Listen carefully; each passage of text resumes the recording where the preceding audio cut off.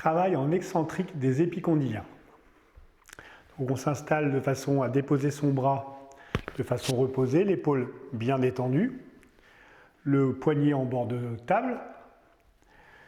L'exercice va consister à remonter le bras avec l'autre main et freiner tout doucement la chute. On décolle et on descend tout doucement. L'épaule reste bien relâchée, on décolle et on repose tout doucement. Donc on va pouvoir mettre dans la main différents poids. Là, je tiens et je relâche tout doucement.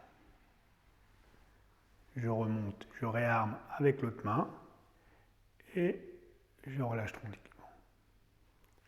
Pour connaître le bon poids à prendre dans la main, classiquement, l'exercice doit être douloureux à peu près au 6/7e mouvement et après monter crescendo, on s'arrête, on se repose et on repart pour une série de 10 mouvements. Même chose, à la deuxième série, les 5, 6, 7 premiers mouvements ne doivent pas être douloureux et la douleur doit apparaître au 7, 8, 9e et 10e mouvement. Je me repose et je refais une troisième série comme ça.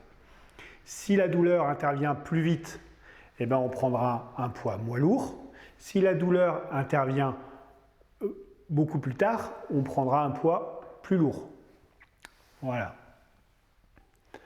Le deuxième mouvement, on s'installe comme ça, on va prendre le poids dans la main et laisser tomber tranquillement le poids, freiner la descente du poids jusqu'au bout. Quand le poids est en bas, on remonte avec l'autre main jusqu'en haut et on refreine tranquillement.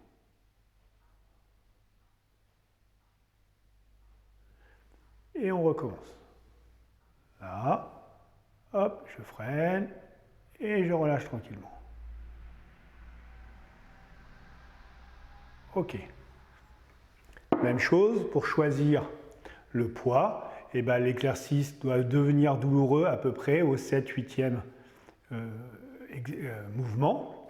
Et puis on refait 2 à 3 séries. Le nombre de séries, ça sera à voir avec le thérapeute. Entre chaque série, on étire ses muscles, donc on va enrouler, on met la main sur l'autre main, on tend bien, là, et on amène la main vers le haut. On inspire, on souffle, on relâche. L'étirement doit ressentir tirer dans les épicondyliens, dans le muscle qui est devant. Et on relâche. Voilà, amusez-vous bien.